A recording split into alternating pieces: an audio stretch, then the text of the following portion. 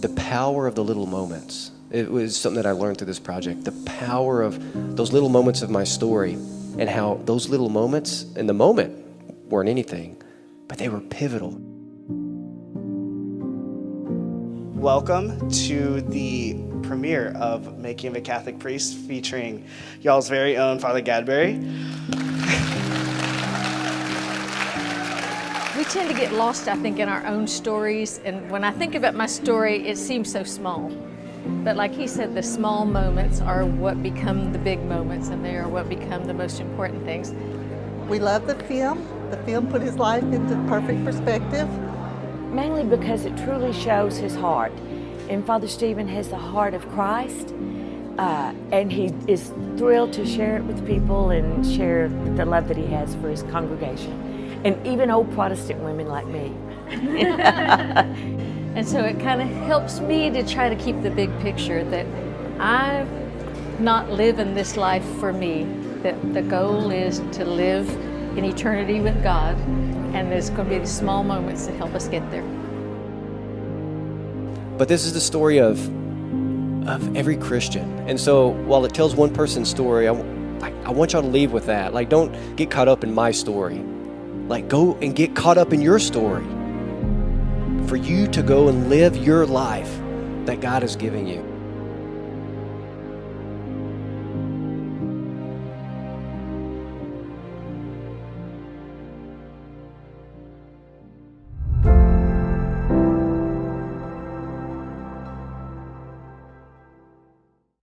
Welcome back to the Word on Fire show. I'm Brandon Vaught, the host and the content director here at Word on Fire Catholic Ministries. Joining us is the founder of Word on Fire, Bishop Robert Barron. Bishop Barron, good to be here with you. Brandon, always a joy to be with you. We talked at the end of the last episode about the new Word on Fire journal, and I wanted to mention it one more time. Excuse me, the Word on Fire Institute journal. I want to be very clear about that. You can find it at wordonfireshow.com/journal. You can see samples of it and find out how you can subscribe to it. It's a journal on evangelization and culture that we've created for our Word on Fire Institute members. So there's high-level philosophy, interviews with filmmakers, poetry, artwork, all sorts of things in this realm of evangelization and culture. Bishop, I know seeing the first issue must have made you very happy. Oh, I loved it. Yeah, I've just been delighted. Every time I look at it, just the cover, I think, is so splendid. But I remember just leafing through it when I first got it and finding, again, what I said about Chesterton last time, like opening a bottle of champagne. That's what I thought when I first read it. So we're releasing it 4 times a year. It's a quarterly journal. Everyone who joins the Word on Fire Institute gets it for free. It's included in the membership. So go to wordonfireshow.com/journal. Okay, today we're going to be doing one of our favorite types of episodes. It's a Q&A episode with Bishop Barron, but with questions only from children. We got children all over the world who have called in, recorded questions. They're almost unbearably cute. So let's dive right in, Bishop. Here's the first one. It's from John Paul. He's a 7-year-old from Oregon. Here's his question. My name is John Paul. I'm from Oregon, and I'm 7 years old. My question is, on the new heaven and the new earth, what if someone sins again like Adam and Eve? Wow, what a cool question. That's a really deep question. And John Paul, you're living up to your name of Saint Pope John Paul II. Here's the way, John Paul, I'd answer that. Can God sin? And obviously, no. God can't sin. I mean, God is so perfect, right?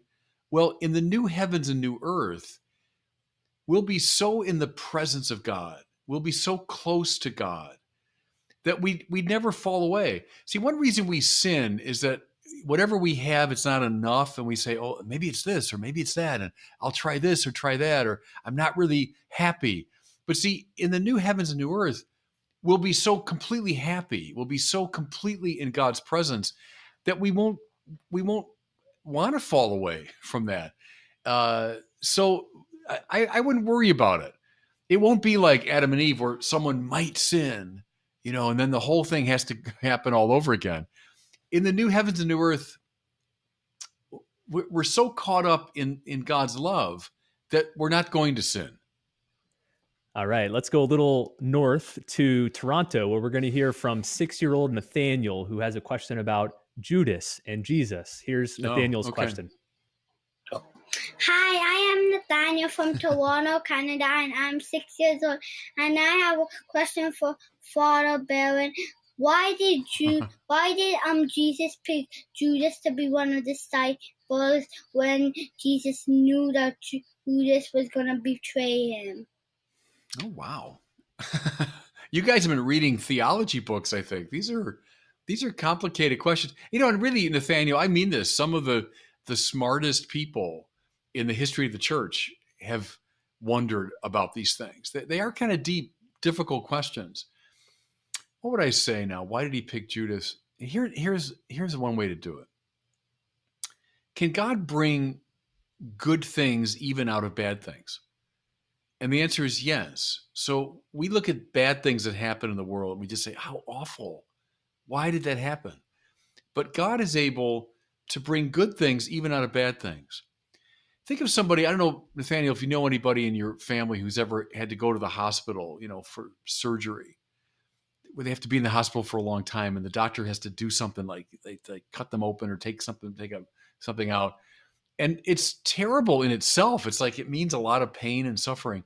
But from that comes something good, that they're able to live and they get healthy again, right? Or maybe something really bad happens to you, but then you say, like a year later, I kind of see how a lot of good things happen because of that. And what looks so bad actually turned out to be something good. So Judas, who betrays the Lord, that's true. It's something bad. Yeah. But can God bring something good even out of that? And the answer is yes, because out of that came the cross and therefore our redemption and therefore our salvation. And so even from the bad act of Judas, God is able to bring something good. And Jesus loved Judas. He never stopped loving him. Judas turned away from the Lord, and that caused him great suffering. So think about that. It's not like God stops loving people. He doesn't. He loves them in a way even more when they've walked away. But yet he gives us freedom. We can say yes or we can say no. But even when we say no, God can bring something good out of that. I hope that makes a little bit of sense. It's really a good question.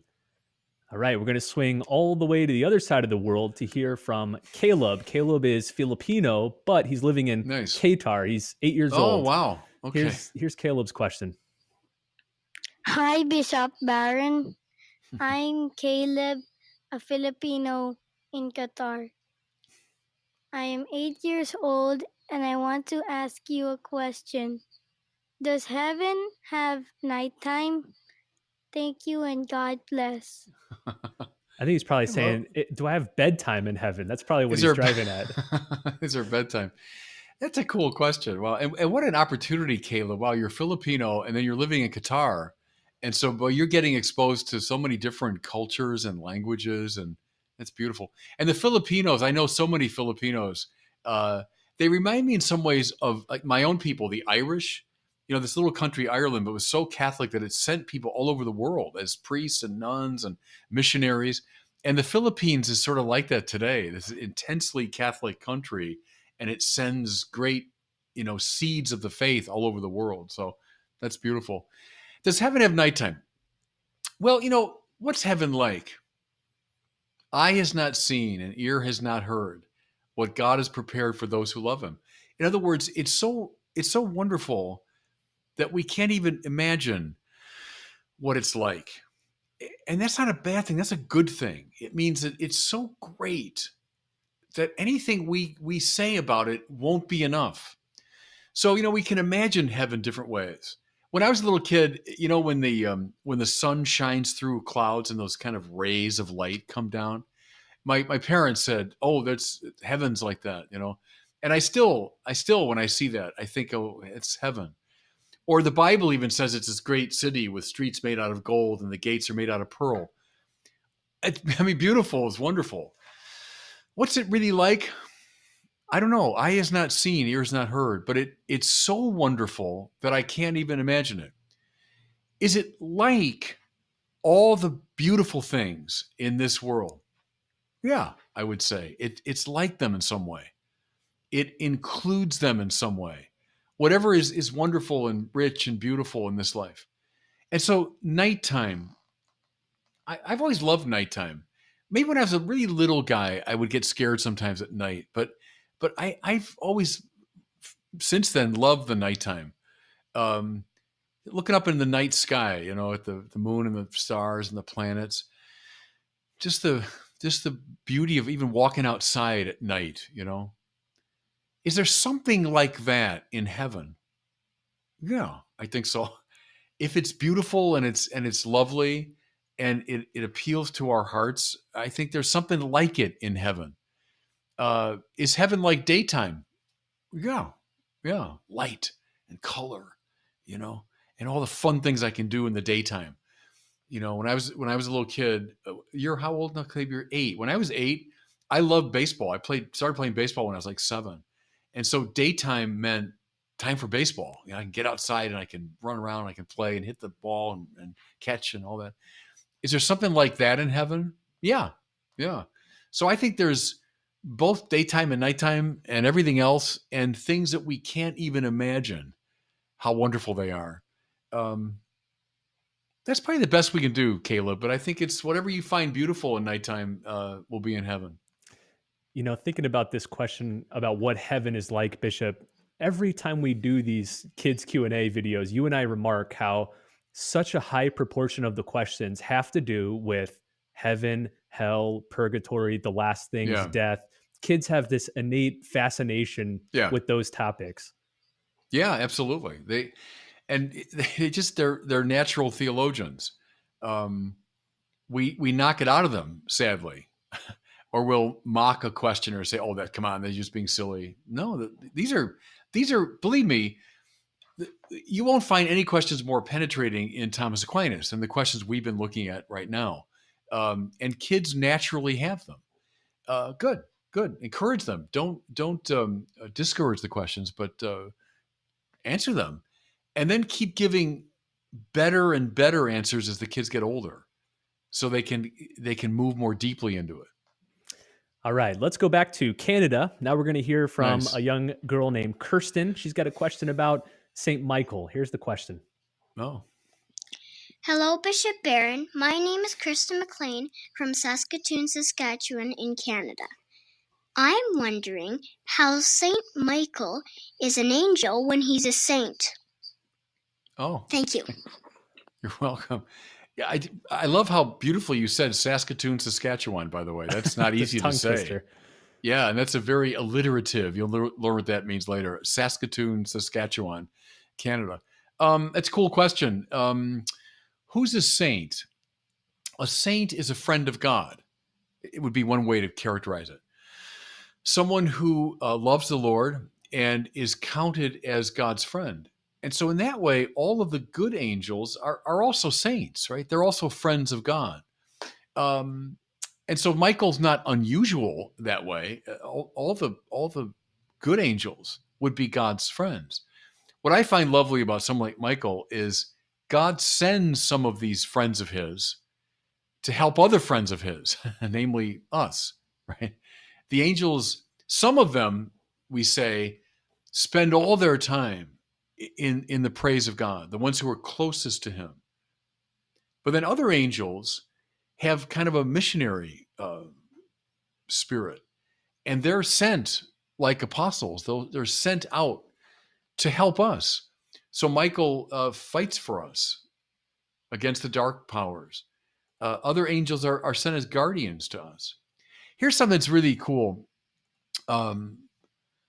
Thomas Aquinas was asked, "What happens to your guardian angel after you die and you go to heaven?" And his answer was, "He then becomes your friend." Isn't that beautiful? Hmm. So, in the course of this life, this friend of God, a guardian angel, is sent as your protector and guardian. But then when you make it to heaven, and the guardian angel is so happy about that because it means his work is done, he now becomes your friend. And not so much like your protector. He's now your companion, your friend. So in a way, all the good angels are friends of God, and they're our friends too. All right. Next, we hear from Luke. He's a 5-year-old boy in Belgium, and he's asking another question about heaven, but this one in regards Okay. to Jesus. Here's Luke. Okay. Hello, Bishop Barron. My name is Luke, and I'm 5 years old, and I am in Belgium.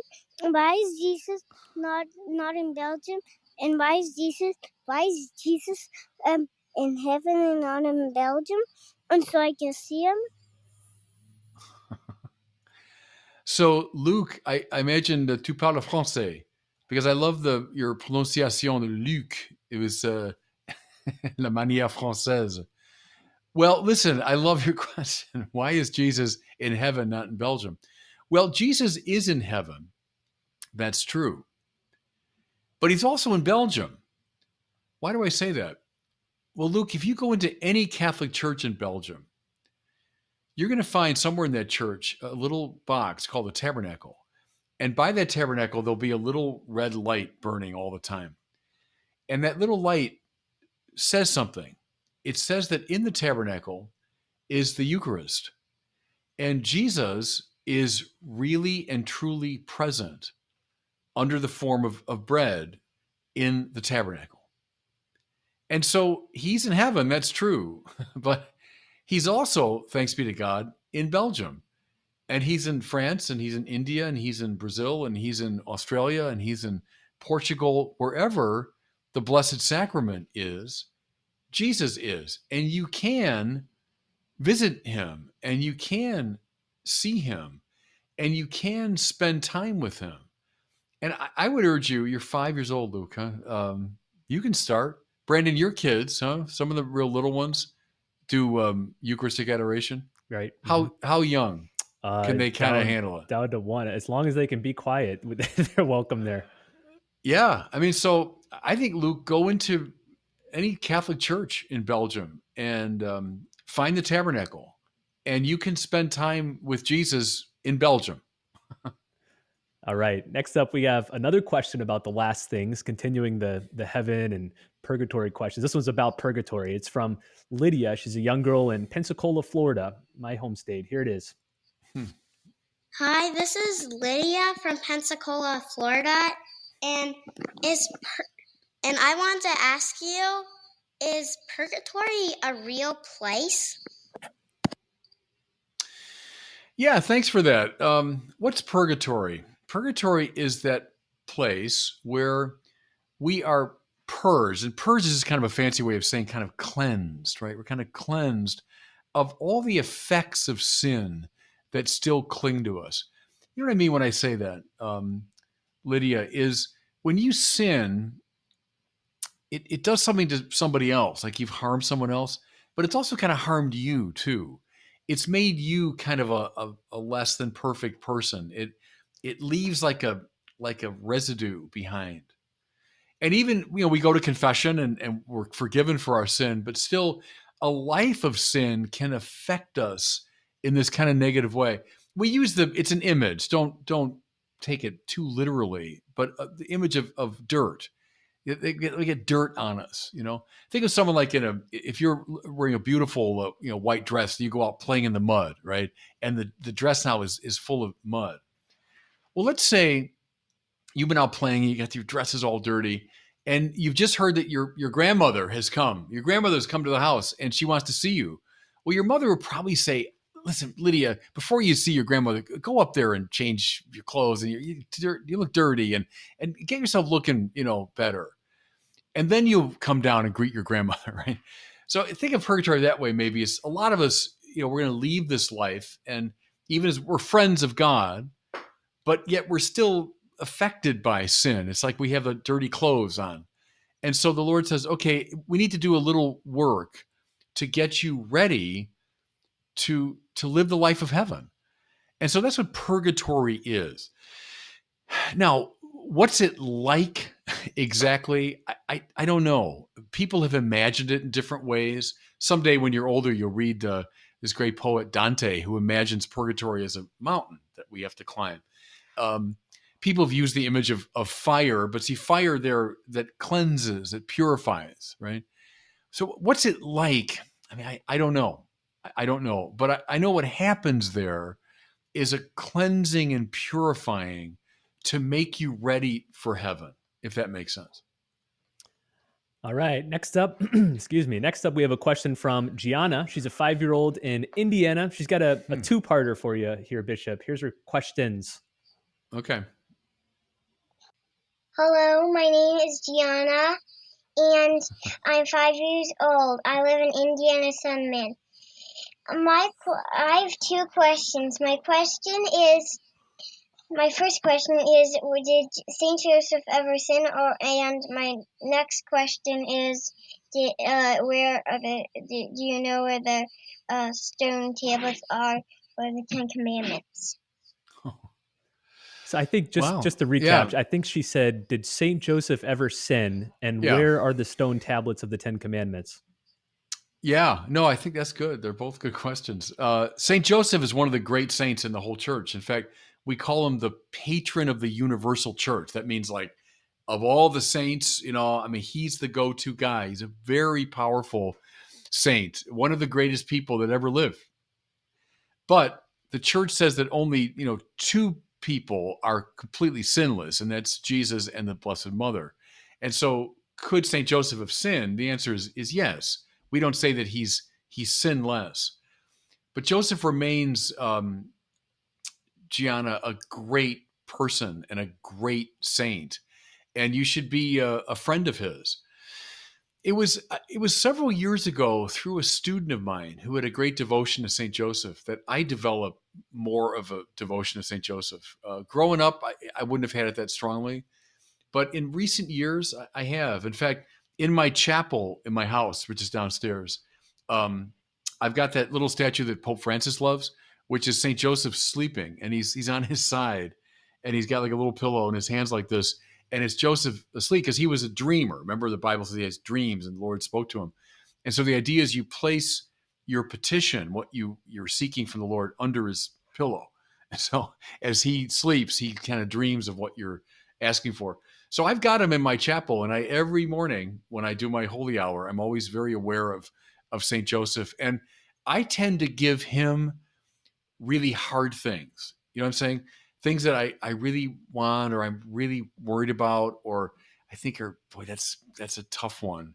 I'll give that to Joseph because he's the patron of the whole church, and he's like a father. He was foster father of Jesus, and so he's kind of a father figure for the whole church. So, I mean, we don't say he's sinless, but I think he's a great, great saint that we should turn to. I love your second question too. The stone tablets of the Ten Commandments. We hear about them in the book of Exodus. Moses, remember, he breaks them against the Mount Sinai when he sees the people worshiping the golden calf. Well, those tablets we hear in the book of Exodus were put inside of the Ark of the Covenant, right? That ceremonial box the Israelites carried around, plated in gold. It's described. You can go in the Bible and see how it's described. But they put the Ten Commandments, the tablets, in that great box. And for centuries, they kept it, carrying it around with them. For a while, it was in a tent. In the time of David, they begin thinking about, let's build a more appropriate setting. And so it's David's son, Solomon, builds the great temple. And they put the 10 Commandments, the Ark of the Covenant, in the temple. And that lasted a long time. It lasted about 500 years until this, you'll read about it in the Bible someday. The Babylonians came, enemies of the Israelites, and they conquered Jerusalem. They destroyed the temple. Now, either they carried the Ark of the Covenant away and did something to it, or before they came into Jerusalem, it might have been taken away. Some think the prophet Jeremiah took it away and hid it. Some say he brought it to Egypt. We don't know. We don't know what happened. That's why you hear about the lost ark. Someday maybe you'll watch Indiana Jones, but that's what that's based on, the idea that we lost the Ark of the Covenant. We don't know where it is. So that's the answer. When they rebuilt the temple, they rebuilt this holy place, but it was missing what was supposed to be there, which is the ark. So that's the answer is we don't really know where they are. I know, Bishop, in Brant Petree's new book, Jesus and the Jewish Roots of Mary, he has a whole section on Mary as the new ark. Yeah. And he says, Yeah. we ask all these questions about where's the ark? Where did it go? Where did it end up? But he says, we have a pretty clear answer in the Bible itself, because in the book of Revelation, it says that the ark appears in heaven at the end of time. And that passage is directly adjacent to the description of Mary being crowned queen of heaven. And so he makes the case that Mary is the new ark. The old one fades away. The stone tablets of the old law become the new law in Jesus, and all those connections. And because she bears the word of God, as the old ark bore the Torah, the commandments, Mary bears the author of the commandments. And also, my last answer about the tabernacle.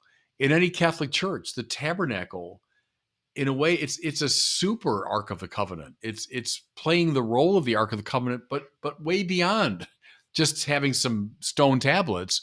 It has the body, blood, soul, divinity of the Lord Jesus. So we do, right, in Mary, who's the Ark, and in the tabernacle, this is the Ark of the Covenant.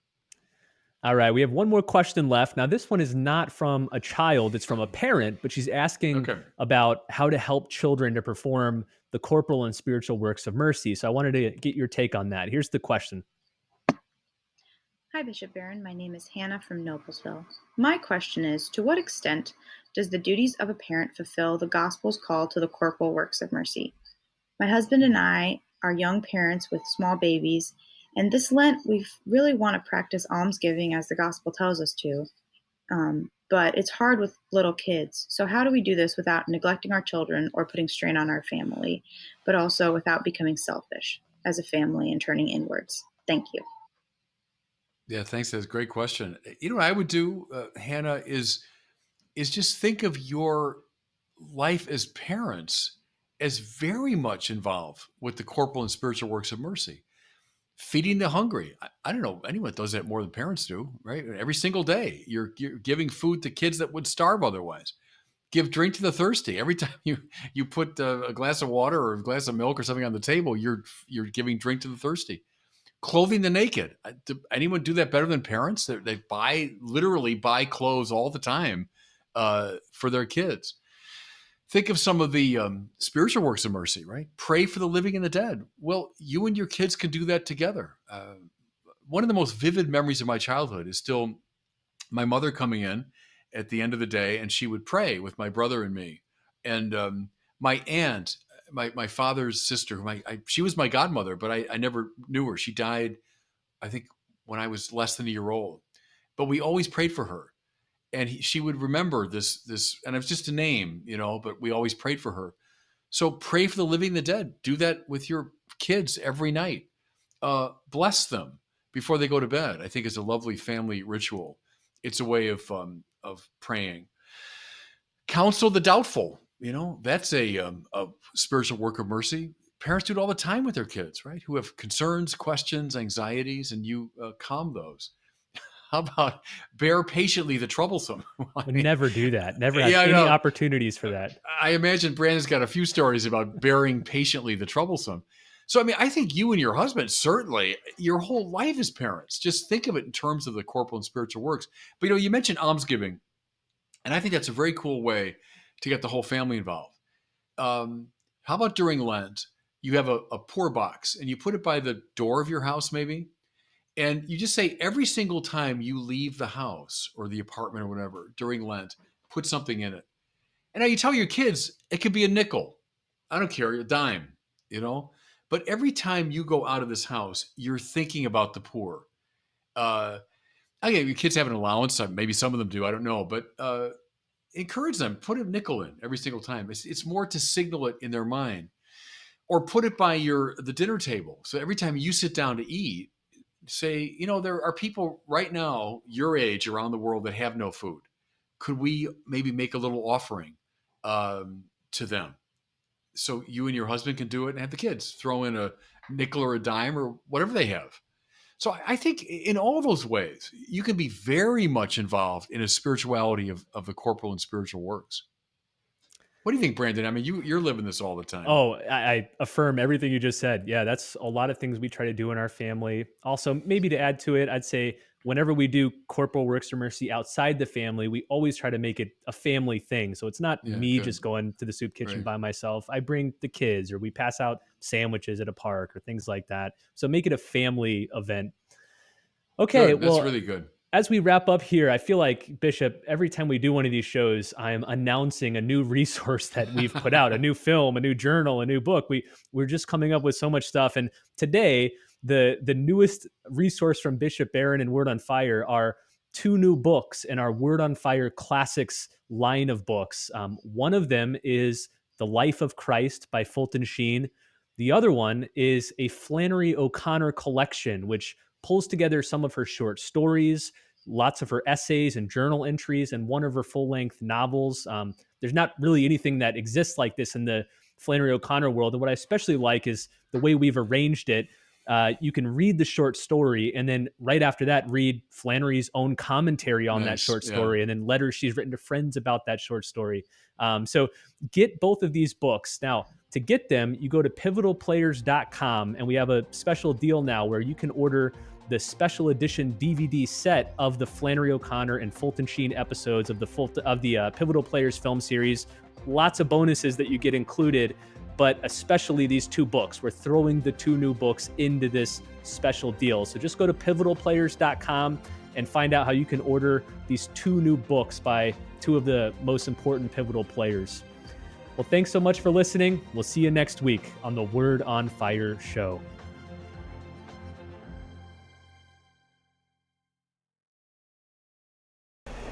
Hey everybody, it's Bishop Barron. Just finished a long day at the Synod, and as usual, I get elected to something. So they have these elections for the Circuli Minor, as they call them, the small discussion groups. Each one's got about 30 people, and they're numbered in English. So I was in one of the English groups, and they have to elect a moderator of the group, and then this position called the Relatore, which turns out to be the one that has a lot of work.